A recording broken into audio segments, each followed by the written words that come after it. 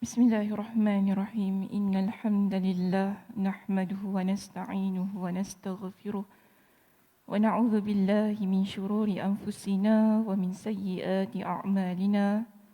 Man yahdihillahu fala mudilla lahu wa man yudlilhu fala hadiya lahu. Wa asyhadu an la ilaha illallah wahdahu la syarika lahu wa asyhadu anna Muhammadan 'abduhu wa rasuluh. Amma ba'd. Rabbi shrah li sadri wa yassir li amri wahlul 'uqdatam min lisani yafqahu qawli.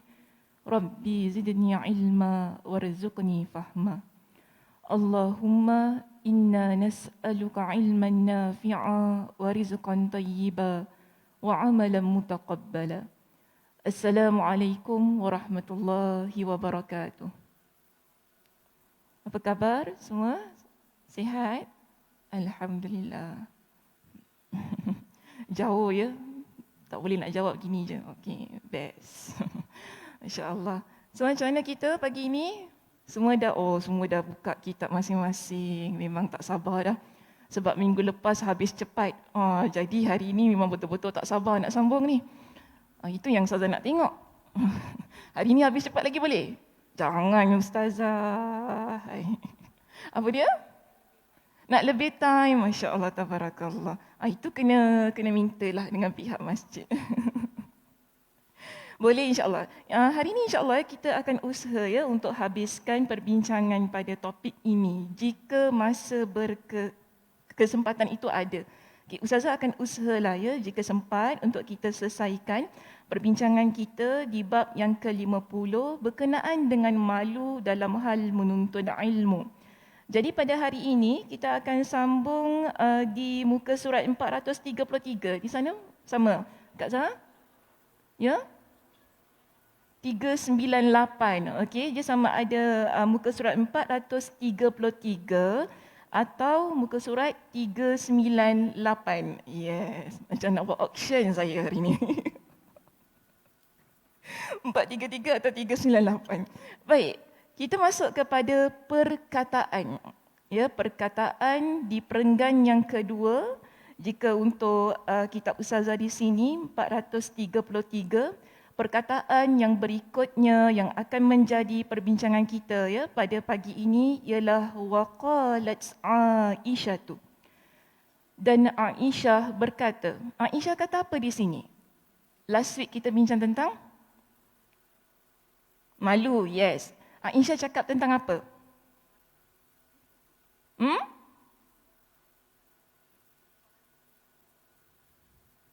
Tak dengar Kak Sum.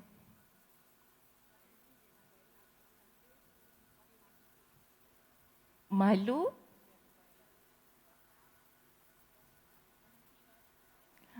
Mimpi basah. Okey. Kita bincang tentang mimpi basah. Sekarang ini Aisyah, mula-mula sekali ya sebelum kita masuk kepada perbincangan mimpi basah itu. Aisyah radhiyallahu anha ada satu perkataan ya yang beliau ucapkan yang dipetik oleh Imam Al-Bukhari untuk perbincangan kitab ini. Perkataannya dia kata apa? Aisyah, ni'man nisaul ansar. Sebaik-baik wanita adalah wanita Ansar. Itu. Ya, sekarang bila kita kata dalam syarah ini waqalat Aisyah itu yang kita nak maksudkan. Perkataan Aisyah yang mengatakan ni'man nisa. Sebaik-baik wanita adalah wanita Ansar yang mana rasa malu yang ada pada diri mereka. Mereka seorang wanita tetapi rasa malu itu tidak menghalang mereka untuk mendalami ilmu agama. Baik. Jadi waqalat Aisyah di sini dan Aisyah berkata sanad untuk hadis ini muallaq. Sanad untuk kata-kata tadi muallaq. Apa makna muallaq? Dah lama dah saya tak tanya ni. Sebab masa kuliah online saya tak boleh tanya tentang maksud muallaq. Sebab saya tahu tak ada orang nak jawab. Ketawa. Betul ya, kalau kuliah online takkan Ustazah nak tanya apa makna muallaq, tak ada orang nak layan Ustazah kalau kuliah online. Sekarang ni ada orang di hadapan Ustazah, Ustazah tanya sekali lagi, apa makna muallaq? sanad yang terputus pada awalnya atau yang terakhir? Yang kedua.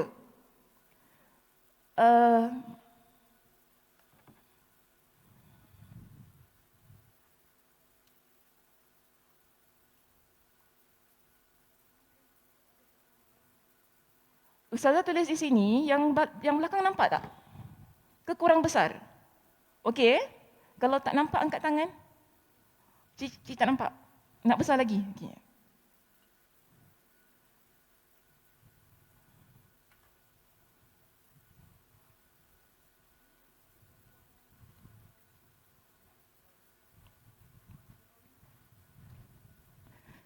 Baik, sekarang ini Imam Al-Bukhari ketika dia memetik kata-kata itu tadi, dia masukkan dalam kitabnya, okey? Dia masukkan dalam kitabnya sanad itu muallaq. Maknanya sanadnya tak komplit. Sanadnya tak sempurna. Dia cuma ambil kata-kata itu daripada Aisyah. Sedangkan sebelumnya ada lagi perawi lain, ya, yang meriwayatkan kata-kata ini. Sebab tu tadi kata sanad ini muallaq, kata-kata Aisyah yang ni'man nisa itu tadi. Ya, sanadnya muallaq. Sekarang mausulnya di mana? Sebab kebiasaannya begini ya, bila kita kata sanad itu muallaq, bermakna ada sambungannya. Contoh, kalau saya ambil satu kata-kata yang mana Kak Som ada cakap, Kak Zah cakap, Kak Dewi cakap, Liza pun cakap, sanad tu sempurna. Tapi sekarang yang saya cuma ambil yang last kali, saya ambil daripada Liza je. Nama Kak Som, nama Kak Zah dengan nama Kak Dewi saya tak sebut. Ini kita panggil sebagai sanad muallaq. Sebab saya ambil daripada satu orang sahaja daripada sanad itu. Yang lain saya delete. Ini yang dibuat oleh Imam Al-Bukhari. Dia letak dalam kitabnya. Namun di sini Imam Ibn Hajar Al-Asqalani ketika dia syarahkan kitab ini, dia beritahu kepada kita mana letak sanad yang sempurna. Ya, mana letak sanad yang komplit itu tadi, yang ada nama Kak Som, Kak Zah dengan Kak Dewi. Supaya orang yang baca kitab ini dia tahu. Betul ke tidak Aisyah yang sebutkan, ya, hadis ini ataupun kata-kata itu tadi. Jadi Imam Ibn Hajar Al-Asqalani dia kata apa tadi di situ? Dia kata sanad ini muallaq, dicantumkan secara mausul. Maknanya sambungannya yang komplit itu ada, tapi bukan dalam kitab Imam Al-Bukhari. Dia kata di mana? Dalam situ dia tulis Imam Muslim.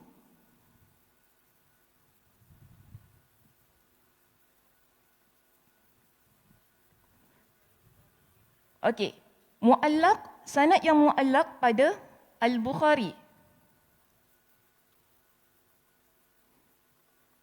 Sebab apa? Kenapa dia jelaskan?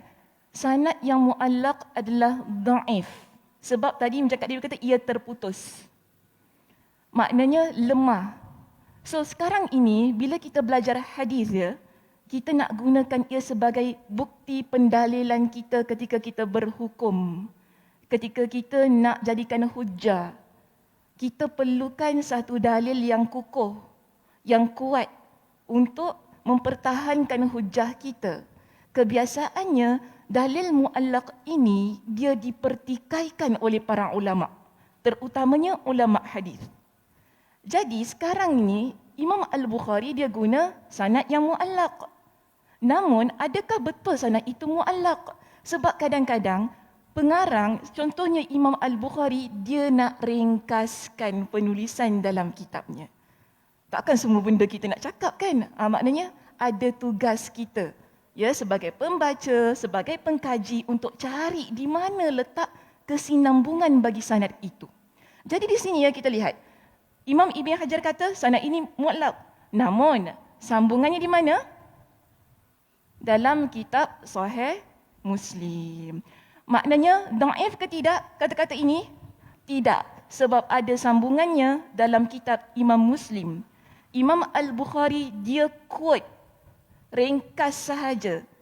Sebab kalau semua kata-kata dia keluarkan dengan sanadnya, sebab hadis pun dah penuh dah sanadnya.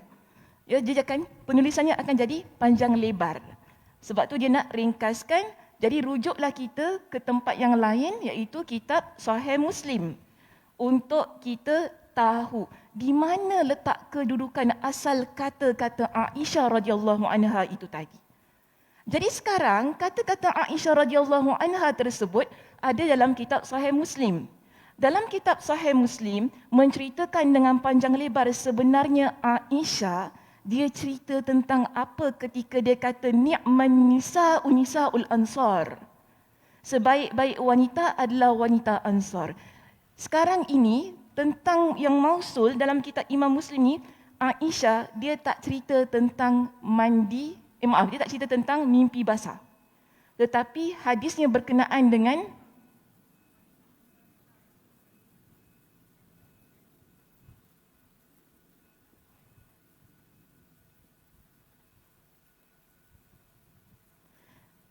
perkataan ni'man nisa'u ni'mal ansar itu tadi, ya, kata-katanya setelah berlaku satu riwayat hadis tentang seorang wanita bernama Asma. Kan dalam kitab tu tulis kan?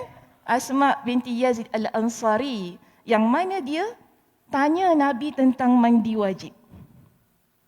Maknanya beza dengan kes Imam Al-Bukhari di sini. Sebab dalam kitab kita sekarang ini kita bincang tentang mimpi basah. Tapi kalau yang ini dia bincang tentang mandi wajib. Baik, kita baca ya di situ apa dia kata.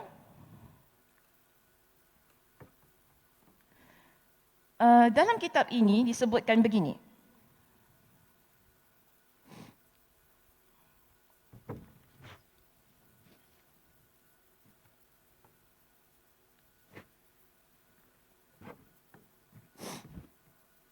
Okey, dalam kitab kita dia kata hadis ini dicantumkan secara mausul oleh Muslim dari jalur Ibrahim bin Muhajir. Okey, ada satu perawi disebutkan Ibrahim bin Muhajir dari Safiyah binti Syaibah dari Aisyah. Jadi itu lengkap sanadnya sedemikian. Okay, mungkin tak nampak ya tadi macam mana, keterputusannya di mana. Kalau Imam Al-Bukhari tadi sebut nama Aisyah sahaja. Tapi, kalau Imam Muslim, siapa tadi nama dia? Ibrahim. Ibrahim Safiyah kan?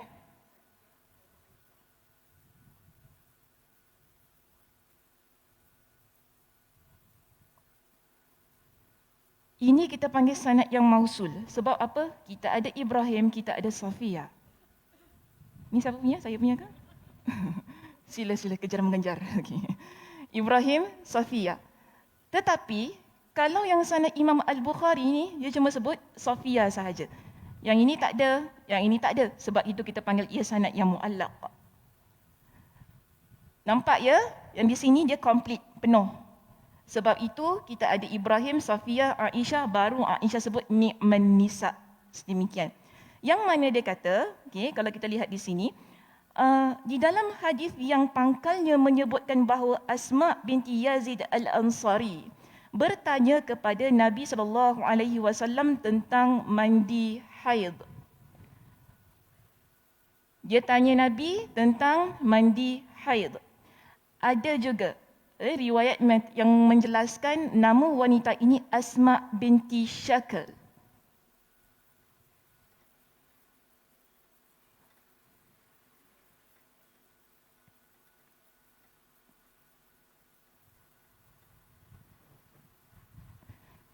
Okey, ada juga yang menyebutkan namanya Asma binti Syakal, tapi di sini Imam Ibn Hajar Al-Asqalani dia mengambil pendapat nama wanita yang tanya tentang mandi wajib itu tadi siapa?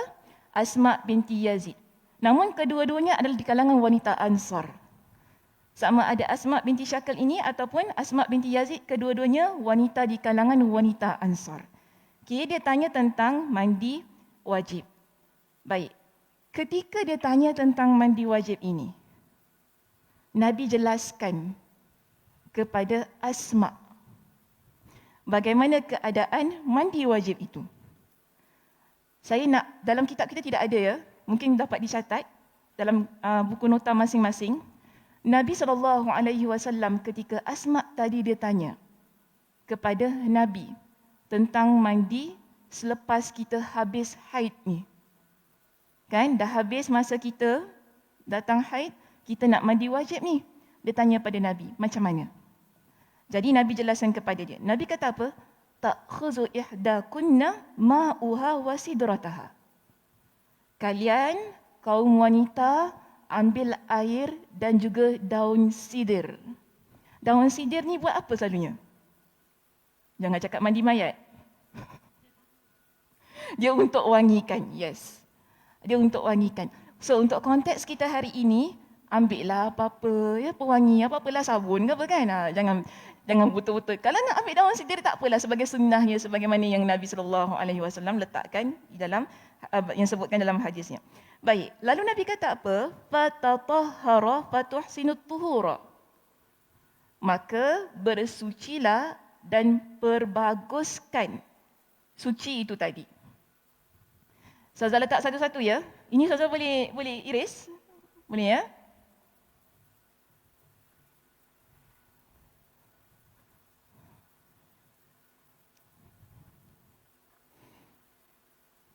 Satu tadi Nabi kata apa?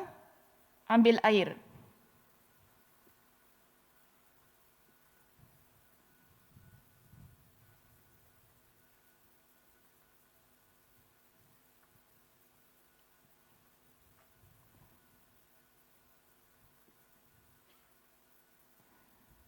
Dua, Nabi suruh suci, bersuci.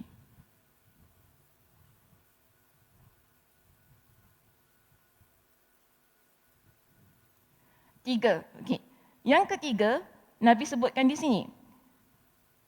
Thumma tasubbu ala ra'siha fatadlukuhu dalkan syadidan hatta tablugha syu'una ra'siha.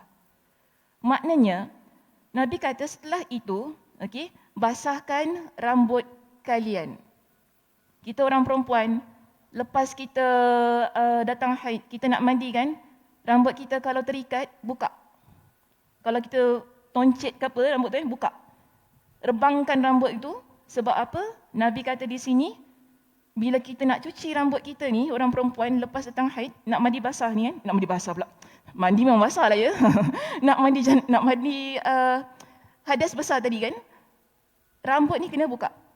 Lepas buka rambut tadi kan, kita rebangkan, Nabi suruh dalkan syadidan, kena gosok sampai kita rasa air itu resap. Kena ke akar-akar rambut. Okey? Jadi basahkan rambut dan gosok.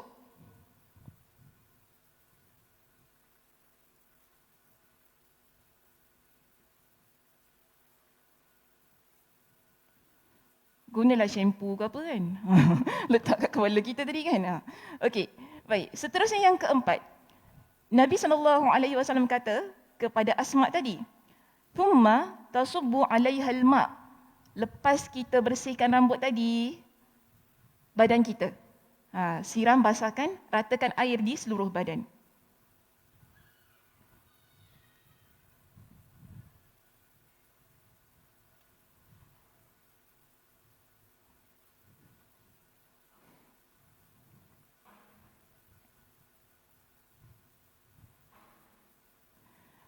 Basahkan keseluruhan badan, lalu Nabi SAW ajar Asma di sini. Nabi kata kepada dia, "Thumma ta'khuzu firsatan mumassakatan fatatahharu biha." Nabi kata, ambil kapas. Kapas itu engkau dah wangikan ia. Letak pewangi, lalu bersihkanlah dengan kapas yang telah diletakkan pewangi itu tadi. Okey?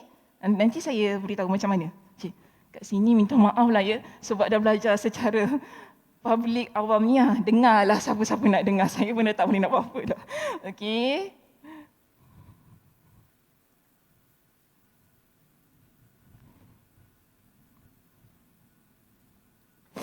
Letak pewangi. Jadi Asma, Bila dia dengar yang nombor 5 ini, dia tanya pada Nabi, macam mana saya nak bersihkan dengan kapas itu? Dia tanya gitu. Nabi kata apa? Subhanallah. Nabi kata dekat Asma, bersihkan je lah. Takkan Nabi nak tunjuk macam mana bersihkan kan? Jadi Aisyah, dia terlibat dalam kes ni. Maksudnya dia masuk dalam peristiwa itu. Dia dengar kan, dia ada di situ. Aisyah bisik dekat Asma. Aisyah kata apa?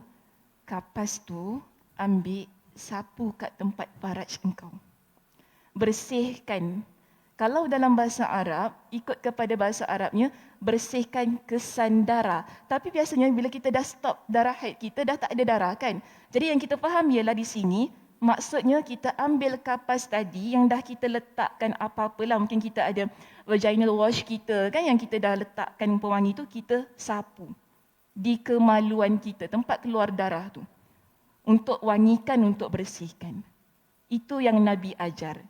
Lepas Nabi jawab ni semua, lepas Aisyah sebutkan tentang sapu tadi kan di faraj kita dengan kapas yang ada pewangi tu, baru Aisyah kata ni'man nisaul ansar.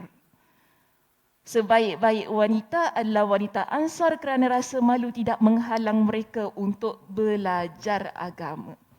Kalau macam saya kata pada minggu lepas, kita hal itu agak-agak nak tanya pada ustaz ke ustazah, saya tanya. Ustazah, kalau tanya ustaz, ustaz malu. Nabi juga malu sebab ada beberapa riwayat yang menceritakan bila Asma tanya gitu, Nabi tutup wajah Nabi. Takkan Nabi nak tunjukkan macam mana kan, nak sapu di tempat faraj itu. Alhamdulillah Aisyah ada di situ. Aisyah bisik kepada Asma bagaimana caranya. Jadi di situlah kita dapati Aisyah kata, oh betul-betul lah wanita Ansar ni. Dia tanya habis-habisan ya pada Nabi kan. Kalau kita dah dengar ni kan, okeylah, tak apalah kan, nanti boleh tanya lagi kan. Ni dia tanya sampai ke dalam-dalamnya begitu.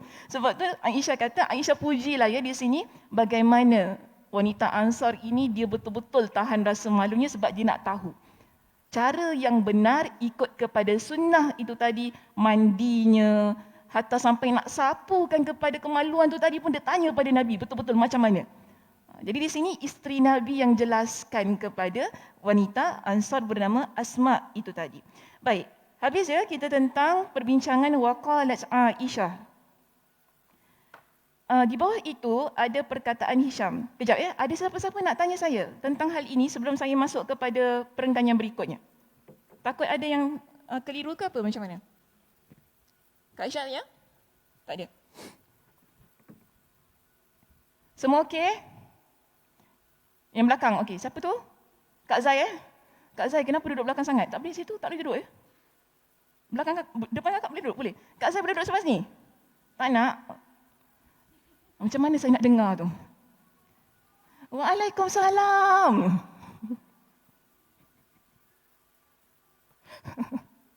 Kak Zai, saya minta maaf sebab memang betul sound off.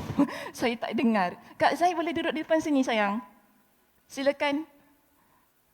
Jadi mudah untuk saya dengar ya. Tengok baby pun suruh duduk depan. Duduk bangun duduk depan. Kak saya sampai lewat je.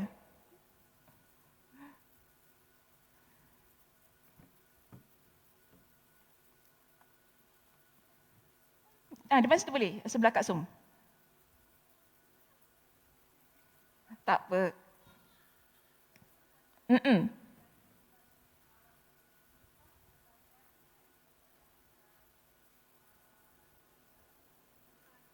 Ummu Sulaim.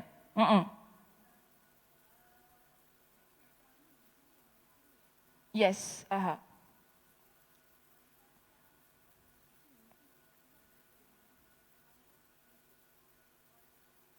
Oh, adakah mimpi bila kita ni kaum wanita, bila kita mimpi basah, kan? Adakah kita perlu mandi sebagaimana mandi wajib ni? Yes. Sama. Sebagaimana kita mandi hadas lah, biasa. Tidak ada perbezaannya. Sama. Cuma, okey, ada sedikit saja perbezaan. Mandi janabah dengan mandi selepas haid. Sebab kalau kita lihat satu persatu riwayat tentang mandi wajib ini, Nabi SAW, orang perempuan, untuk lepas mandi haid, dia kena rebangkan rambut dia, kena gosok kan? Tapi kalau mandi janabah, diberikan sedikit kelonggaran. Tak, rambut kita tak lepaskan, yang penting kena basah. Tak gosok pun tak apa. Sunnahnya begitu ya. Saya tak kata kena wajib ikut, tapi sunnahnya begitu. Rambut ini kalau kita lepas, mungkin lepas bersama dengan suami dan sebagainya, mimpi basah dan sebagainya, kita nak mandi tadi kan? Kalau rambut kita tocang, ikat ke apa, tak rebang tak ada masalah. Kita tak gosok pun tak ada apa. Yang penting air sampai, basah keseluruhan rambut kita. Tapi beza, kalau wanita yang dia lepas haid, ya, nifas contohnya, dia nak mandi tadi kan, rambut rebangkan, gosok dengan dalkan syadidan, dengan kuat itu tadi, supaya betul-betul resap. Namun rukun mandi ni kena ingat ya, basah keseluruhan badan daripada hujung rambut hingga ke hujung kaki.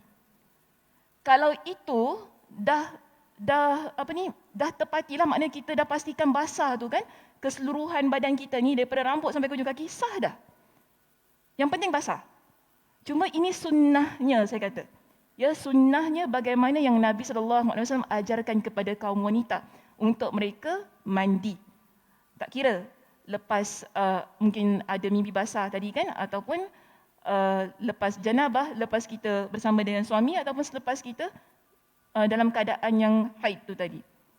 Jadi itu sunnahnya. Namun yang paling penting, bila dah basah keseluruhan badan, air kena, kita mandi dekat shower tu kan, basahlah, kita basahkan rambut kita, habis sampai keseluruhan badan, dengan niat dan sebagainya, settle. Okey, selesai. Itu mandi, kalau yang mimpi basah tadilah. Okey, tapi kalau yang haid, ada sedikit bezanya, rambut tadi, orang perempuan. Buka, gosok dengan kuat, pastikan betul-betul air meresap ke kepala tadi, kulit kepala kita. Baik, seterusnya ya, terima kasih Kak atas soalannya. Baik, di sini kita ada satu lagi perkataan. Perkataan kita. Saya tak nak pergi kepada perkataan Hisham di situ, terus pergi kepada perkataan Ja'at Ummu Sulaim. Ummu Sulaim datang. Jangan keliru ya, yang ini dah settle. Hadis tadi riwayat Imam Muslim. Sekarang kita masuk semula dalam hadis riwayat Imam Al-Bukhari. Dalam hadis kita di sini, diceritakan kepada kita, Ummu Sulaim datang. Siapa Ummu Sulaim di sini? Ummu Sulaim binti Milhan, iaitu ibu kepada Anas ibn Malik, di kalangan seorang sahabat Nabi SAW. Ummu Sulaim isteri kepada siapa? Ya? Ya? Abu Talha. Betul? Jawapannya okey. Isteri kepada Abu Talha radhiyallahu an. Okey, isteri kepada Abu Talha radhiyallahu an, dan namanya juga dikenali sebagai Rumaisa. Ummu Sulaim. Kak apa ni? Kak Zai belajar kan tentang Ummu Sulaim ni? Oh, belajar. belajar. Yes. I ingat. Okey. Jadi Ummu Sulaim ini dia adalah di kalangan wanita Ansar yang telah bernikah dengan Abu Talha radhiyallahu an. Asalnya dia ada suami yang lain lah ya. Kemudian suaminya meninggal dunia. Suaminya itu tidak masuk Islam, meninggal dalam keadaan yang musyrik lah, tidak Islam lah. Kemudian datang Abu Talha masuk melamar dia. Dipendekkan cerita, Abu Talha pun menikah dengan Ummu Sulaim. Jadi Ummu Sulaim ni bukan wanita biasa-biasa ya. Dia wanita ahli syurga. Kerana Nabi SAW pernah melihat dia dalam syurga. Jadi ketika Nabi mimpi tu, Nabi masuk dalam syurga, Nabi nampak ada isteri Abu Talha dalam syurga. So dia bukan wanita sebarangan. Selain daripada wanita yang pemberani bertanya dengan persoalan-persoalan agama. Namun di situ ada satu keutamaan yang begitu besar yang dimiliki oleh Ummu Sulaim, ialah apabila Nabi SAW melihat dia sebagai wanita di kalangan ahli syurga. Baik, seterusnya kita lihat kepada perkataan yang berikutnya di sini. Dia kata, ini kata-kata Ummu Sulaim. Ummu Sulaim, dia kata kepada Nabi, bila dia datang jumpa Nabi, dia terus gunakan perkataan ini. Apa kata dia? Innallaha la yastahyi minal haqqi. Sesungguhnya Allah Subhanahu wa taala tidak malu dari kebenaran. Apa maksudnya Allah Subhanahu wa taala tidak malu dari kebenaran? Maka di sini kan dijelaskan kepada kita, Allah tidak menyuruh kita bersikap malu dalam melakukan hal-hal yang benar. Jadi maknanya untuk hal-hal yang baik, hal-hal yang berkaitan hukum hakam agama ini, kan, rasa malu perlu diletak tepi. Jadi ini merupakan kata-kata muqaddimah Ummu Sulaim sebelum dia tanya kepada Nabi SAW dengan soalan itu. Untuk memberikan perhatian juga kepada rakan-rakan yang ada di sekitarnya, dia nak tanya something yang memalukan. Dia nak tanya something yang mungkin kalau dia tak mulakan dengan hal itu kan mungkin orang kata, kenapa dia tanya macam ini, tak senonoh dia. Mungkin orang kata gitu. Sebab tu mula-mula sekali ni bijak, kata-kata yang bijak. Mula-mula sebelum dia tanya Nabi, dia kata kepada Nabi, sesungguhnya Allah itu tidak malu tentang hal-hal yang benar itu tadi. Jadi, sebab tu dia jelaskan kepada kita, Ummu Sulaim pertanyaannya dengan kalimat ini sebagai isyarat agar mereka yang hadir ketika itu boleh memakluminya. Maksud semua orang bersedia. Dia nak tanya apa ni? Sebab mula-mula dia dah cakap tentang soal malu tadi kan. Maybe ada something yang memalukan tu lah yang dia nak tanya. Sebab itu, kenapa dia kata sedemikian? Kerana seorang wanita akan rasa malu jika menanyakan hal seperti itu di hadapan lelaki. Sebab dia nak tanya Nabi. Jadi malu tu memang tetap ada. Bukan kita kata Ummu Sulaim ni dia tak malu. Malu tu tetap ada. Tapi kerana dia ni nak belajar. Dia nak tahu. Sebab itu dia tebalkan sikitlah kan wajah dia tu untuk tanya tentang hal ini. Baik. Sebab itu di sini Aisyah berkata kepada Ummu Sulaim. Sebagaimana yang terdapat dalam Sahih Muslim. Dalam kitab Sahih Muslim ada satu ungkapan kata yang diucapkan oleh Aisyah radhiyallahu anha kepada Ummu Sulaim ketika mendengar persoalan ini. Apa dia? Dia kata, kamu ni buat malu orang perempuan. Dia kata, kamu ni buat malu para wanita. Kan? Atau dengan kata lain, kalau saya nak terjemahkan perkataan itu, sebenarnya kalau harfan biharfin lah, words by words, apa maksud Aisyah kata ni? Dia kata, kenapa engkau buka aib orang perempuan? Daripada orang lelaki tak tahu kan? Orang lelaki tahu dah kita ni mimpi basah. Macam itulah. Baik, seterusnya kita lihat di sini. Perkataan idza ihtalamat, baru dia masuk ya. Ini persoalan dia kepada Nabi SAW. Dia tanya kepada Nabi, idza ihtalamat, jika dia tu maksudnya wanita ya. Jika seorang wanita mengalami mimpi basah. Apa maksudnya? Dijelaskan di sini. Yakni jika seorang wanita dia bermimpi melakukan hubungan intim. Itu maksud mimpi basah. Beza mimpi kering. Mimpi kering ni bukan kita mimpi benda-benda yang berhubungan intim. Mimpi kering tu ayat saya ya. Bukan ayat di sini. Itu saya guna istilah tersebut. Mimpi basah inilah maksudnya bila kita mimpi kita melakukan hubungan intim. Kalau kita rujuk dalam hadis riwayat Imam Muslim, penggunaan perkataannya lebih jelas. Yang mana dia tanya kepada Nabi, al-mar'atu tara ma yara ar-rajul fil manam. Seorang wanita dia mimpi sebagaimana seorang lelaki dia mimpi dalam dia nampak dalam tidurnya. Kan? Maknanya orang lelaki dia mimpi dia mengadakan hubungan intim, dia keluar air mani. Orang perempuan juga sama. Dia mimpi berhubungan intim lalu dia keluar air mani.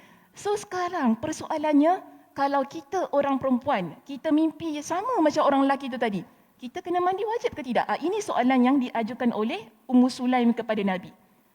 Sebab maybe dia tak baru belajar dan sebagainya, dia tak berapa nak faham tentang hal itu. Dan apa jawab Nabi di sini? Kita lihat kepada perkataan berikutnya. Idza ra'atil ma'. Nabi beritahu kepada dia, jika wanita itu, dia bangun tidur, dia nampak ada air mani. Jadi dia wajib mandi. Okey? Ini merupakan bukti bahawa hal itu memang terjadi. Sebab Nabi mengiyakan dan Nabi keluarkan hukum tentang hal yang sedemikian. Nabi tak menafikan bahawa wanita Ada di kalangan wanita yang mimpi basah. Nabi tak menafikan. Sebab itu Nabi keluarkan hukum di sini, kalau sebagaimana yang dipertanyakan oleh Ummu Sulaim tu tadi, ada di kalangan wanita, di kalangan kita yang mimpi basah, Nabi kata kalau bangun tidur, nampak ada air mani, basah kan, mungkin seluar kita basah ke apa, mandi wajib. Okey, itu maksud Nabi. Baik, di dalam hadis ini dijelaskan bahawa melihat air mani merupakan syarat bagi seorang wanita untuk melakukan mandi wajib. Artinya, jika dia bermimpi seperti itu tetapi ternyata tidak melihat air maninya keluar, maka tidak wajib baginya mandi. Kalau kita mimpi tentang berhubungan intim itu kan, kita bangun tidur, kering. Tak ada rasa basah, tilam tak basah dan sebagainya, seluar kita pun tak basah kan? Wajib mandi? Tak. Syaratnya sekarang, berkenaan dengan mimpi basah ini, dia mesti basah. Okey? Dia mesti basah. Maksudnya, ada air mani yang keluar, baru kita wajib mandi. Itu maksudnya. Okey? Bila dia melihat air itu tadi.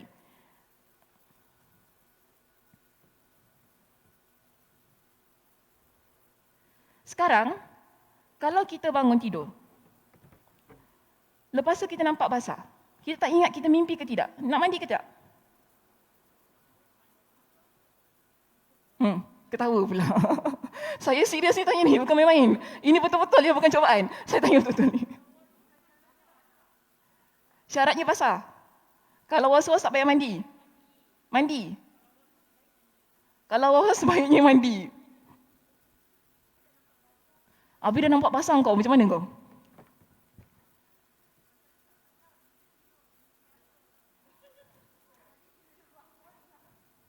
Dia tak sedar, dia tidur je mimpi apa. Bila dia bangun, basah. Ada orang je memang tak ingat. Sekarang perlu mandi ke tidak? Katanya takut ngompol. Kok ngompol di sini ya? Beza. Air mani dengan ngompol tu beza ya. Ngompol tu maksudnya kencing lah, terkencing. Beza ya. Yalah, takut ada orang mimpi pergi toilet dia kencing kan. Suka Kak Dewi. Betul lah. Betul, ada orang begitu. Kan? Orang kata, aku mimpi pergi tandas, tiba-tiba bangun basah, rupanya aku kencing. Itu maknanya tak perlu mandi wajib. Janganlah kita mandi wajib. Yang perlu ialah bangun, mandi, bersihkanlah. Ambil wuduk. Itu keadaannya. Gelap pula semua kat sini. Itu keadaannya. Sekarang ini, kita bangun tidur. Ya, kita bangun tidur. Kemudian kita dapati, basah lah. Kita tak ingat, mimpi apa semalam ya? Bukan, semalam aku bermimpi, tak ingat benda tu kan. Mimpi apa benda semalam, aku mimpi apa ni ya? Basah pula kan. Kita tak ingat. Basah tadi kan? Wajib mandi. Keadaannya sekarang ini, cuma kalau kita tak dapat bezakan. Ini air mani atau air madhi. Mal farqu pula cakap bahasa Arab. Apa beza antara air mani dengan air madhi? Melekit. Air mani tak melekit. Air madhi melekit.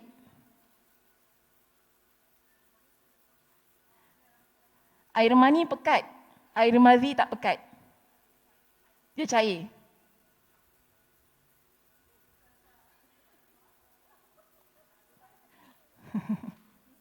Ini dah bernikah ya semua.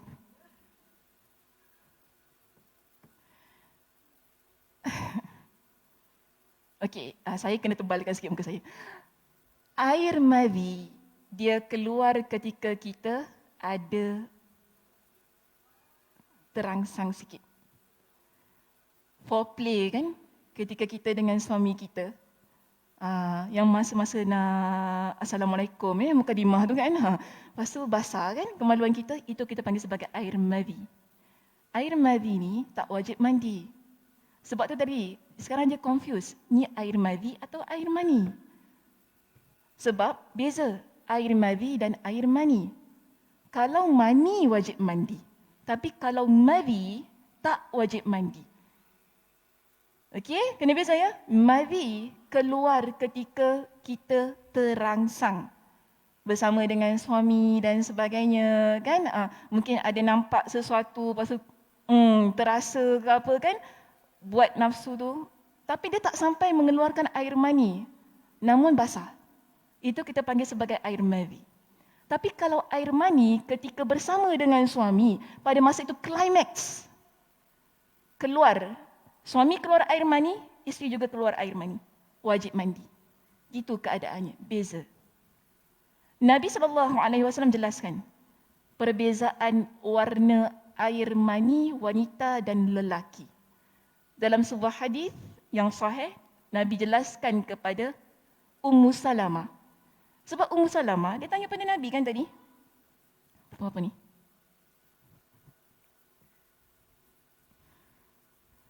Mesti kata, Ustazah jangan berhenti Ustazah. Sebab Ustazah tengah. Ustazah dah nak sambung, dah kena sambung. Ni kalau berhenti kita mengamuk satu masjid ni. Okey. Saya jelaskan sikit dia. Nanti next week saya sambung lagi. Ummu Salamah tanya tadi kan kepada Nabi. Kalau kita ingat lagi lah perbincangan hadis ni, dia tanya pada Nabi. Orang perempuan ni dia mimpi basah ke? Jadi dalam sebuah hadis yang diriwayatkan oleh Imam Ibn Majah dengan sanad yang sahih, Nabi kata kepada Ummu Salamah, yes. Nabi tak cakap yes lah, ya. Orang perempuan dia mimpi basah. Lalu Nabi jelaskan beza. Air mani lelaki dia kental sedikit dan warnanya putih. Ghalizun abyadun. Sifatnya kental dan warna putih. Wal mar'ah, orang perempuan, air maninya sedikit cair. Raqiq, sedikit cair dan warnanya agak kekuningan. Itu beza air mani kita dan air mani suami kita. Okey, beza keadaannya. Tapi dia tetap juga depends kepada setiap individu. Sebab kita pun ada, macam contohlah kita haid kan, darah kita pun beza-beza, betul tak? Tak sama. Tak sama. Jadi keadaannya, kalau mungkin darah kita, mungkin air mani kita tu tadi tak berwarna kekuningan sangat, namun dia keluar selepas ada, lepas klimaks itu tadi kan, bersama dengan suami dan sebagainya, ia tetap air mani. Jangan kita kata, tak warna kuning pun. Jangan kata macam itulah. Yang penting air tersebut keluar selepas nafsu syahwat dia habisan keluar tu tadi kan. Kerana apa? Ada berlaku persetubuhan dan sebagainya. Kita panggil ia sebagai air mani, wajib mandi. Sama juga ya, saya nak pesan begini. Kalau ada di kalangan yang melakukan onani dan sebagainya, wajib mandi. Yang mengeluarkan air mani menggunakan tangan. Mungkin suami buat pada kita atau kita buat pada suami kita, wajib mandi. Jangan kata, tak buat apa-apa pun, tak buat apa-apa ke, cuma gitu je, tak. Yang penting air maninya keluar. Tak kira dengan cara apa. Kita tonton yang tak baik ke, kita nampak something yang menyebabkan air mani kita keluar, itu dah menyebabkan jatuhnya hukum wajib untuk seseorang dia mandi wajib tu tadi. Tak kira apa pun keadaan. Kita tak kira suami buat pada kita atau suami yang keluarkan air mani ataupun kita yang keluarkan air mani suami kita, wajib keadaan itu wajib mandi. Okey, saya rasa itu saja. Kita berhenti sampai sini. Boleh berhenti ke nak sambung? Sambung ya? Tak apalah, saya habiskan ni. Alang-alang. Baik, jadi tadi ya, bila sebenarnya saya dah simpulkan tadi ya. Kita lihat di situ ada perkataan faghattat Ummu Salamah. Jadi Ummu Salamah bila dia dengar tadi Nabi kata tentang wajib mandi dan sebagainya, dia tutup wajah dia, kan? Ada juga dalam riwayat, contohnya riwayat Aisyah dalam riwayat Imam Muslim dari Anas yang disebutkan oleh Aisyah, Aisyah juga menutup wajahnya. Yang mana dikata kemungkinan dalam peristiwa yang mana Ummu Sulaim dia datang tadi tanya kepada Nabi berkenaan dengan mandi wajib itu, Aisyah juga turut hadir bersama dengan Ummu Salamah. Jadi apa yang ditutup di sini? Perkataan ta'ni wajahaha, yakni wajahnya. Dibaca dengan huruf ta, okey, itu tak menjadi masalah ya. Terus pergi kepada perkataan watahtalimu. Ini persoalan yang diajukan oleh Ummu Salamah itu tadi. Adakah wanita ni dia memang mimpi basah? Ya, dia tanya kepada Nabi. Lalu di situ ada pendapat. Ada dua pendapat berkenaan dengan perkataan Ummu Salamah ataupun soalan Ummu Salamah kepada Nabi, wa tahtalimul mar'ah. Yang pertama, pendapat yang mengatakan pertanyaan Ummu Salamah ini menunjukkan mimpi basah tersebut hanya terjadi pada sebahagian kaum wanita. Okay, jadi ada ulama ketika ada syaratan hadis ini, mereka kata kemungkinan pendapat pertanyaan Ummu Salamah itu dia cuma nak kata pada Nabi, tak semua wanita yang mimpi basah. Ya, tak semua. Namun, oleh sebab itu, Ummu Salamah dia terkesan dan dia mengingkari hal itu. Tetapi Imam Ibn Hajar Al-Asqalani dalam kitab kita ini, dia kata pendapat yang paling tepat adalah Ummu Salamah mengingkari adanya air mani pada kaum wanita. Jadi itu pendapat yang paling tepat. Jadi Ummu Salamah ni sekarang, yang dia ingkari ni bukan pasal tentang mimpi basah ke apa, tapi tentang orang perempuan ni keluar air mani ke? Itu pun soalan dia. Jadi di situ kan kita dapati Ummu Salamah mengingkari adanya air mani pada kaum wanita, maka Rasulullah sallallahu alaihi wasallam pun membantah pengingkarannya ini dengan Nabi kata apa kepada dia? Taribat siyaminuk. Kita lihat kepada perkataan yang berikutnya, bagaimana kamu ini? Bila Ummu Salamah kan tanya kepada Nabi tentang air mani wanita. Jadi Nabi kata apa? Macam mana kamu ni Ummu Salamah? Itu Nabi kata kepada dia. Lalu fabima, kita ada perkataan berikutnya, lalu dengan apa? Apa yang Nabi SAW persoalkan kepada Ummu Salamah? Nabi kata kepada Ummu Salamah, fabima yushbihuha waladuha. Lalu dengan apa anaknya itu boleh menyerupai ibunya? Okey? Faham tak maksudnya? Lalu bagaimana anak itu boleh menyerupai ibunya? Maksudnya begini. Dalam hadis yang lain, Nabi SAW menjelaskan, bila kita bersama dengan suami, suami dan isteri keluar air mani. Kemudian isteri mengandung, anak keluar, melahirkan anak. Anak itu kadang-kadang mirip ayahnya, kadang-kadang mirip ibunya. Jadi Nabi kata, dengan apa anak itu mirip ibunya? Maknanya, kalau air mani isteri melebihi suami, anak itu akan menyerupai ibunya. Kalau air mani suami yang melebihi daripada air mani isteri, anak itu akan menyerupai ayahnya. Sebab tu tadi Nabi kata kepada Ummu Salamah, kalau tak anak tu tadi kan macam mana dia nak menyerupai mak dia? Maksudnya kalau anak tu menyerupai mak dia, DNA mak dia lebih. Mak dia punya genes tu lebih lah kat situ. Kita kata air mani maknya lebih ketika bersama dengan ayahnya. Sebab tu tadi Nabi persoalkan kepada Ummu Salamah dengan persoalan itu. Itu juga ketika ada di kalangan Yahudi tanya kepada Nabi, bagaimana seorang anak dia boleh sama dengan mak dia ataupun ayahnya? Nabi jawab dengan jawapan yang begini kepada mereka dan mereka mengiyakan apa yang dijawab oleh Nabi SAW. Okey, boleh kita selesai dah hadisnya. Alhamdulillah. Tadi pun juga saya dah niatkan untuk selesaikan hadis ini. Baik, ada apa-apa persoalan yang ingin diajukan? Persilakan.